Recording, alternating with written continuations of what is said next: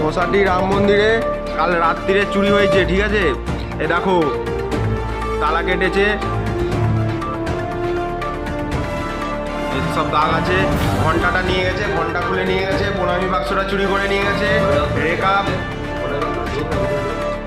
রেকাপ তারপর কাঁসার থালা ফালা সব ছিল নানা রকম। তো প্রণামী বাক্সে ছিল 1000 টাকা ছিল, সেইগুলো সব নিয়ে গেছে। প্রণামী বাক্স পুরো খালি করে সব একদম নিয়ে চলে গেছে, কিছু আর রাখেনি। তো অনেক টাকার কাঁসার জিনিস ছিল, রেকাপ থালা টালা করেছিল, ঘন্টা ঘন্টা নানা রকম ছিল, সব নিয়ে গেছে।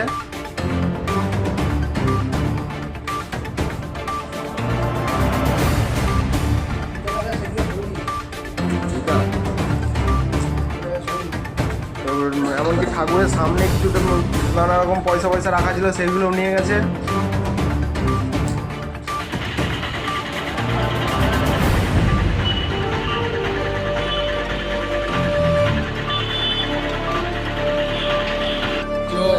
হিন্দু পরিষদ বজরং দলের আমাদের সোসাইটির নদীর ধার প্রাঙ্গণে যে বজরং মন্দির, গতকাল রাত্রিতে সেই বজরং মন্দিরে চুরি হয়েছে।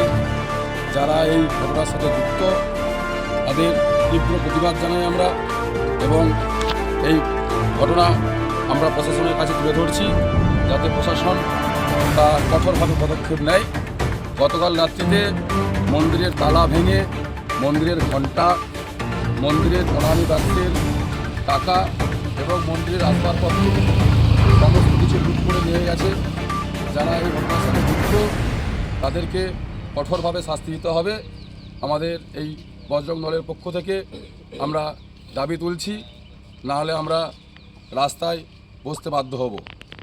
আগামী দিনে প্রশাসন আমাদের অনেক পুরাতন রাম মন্দির, এখানে আমাদের প্রণামী বাক্স থেকে এবং আমাদের মন্দিরের আসবাবপত্র, পিতলের সব কিছু জিনিস এবং ঘন্টা আমাদের চুরি হয়ে গেছে, এবং যিনি চুরি করেছেন আমাদের তালা ভেঙে এবং তালাটা নদীতে ফেলেও দিয়ে গেছেন।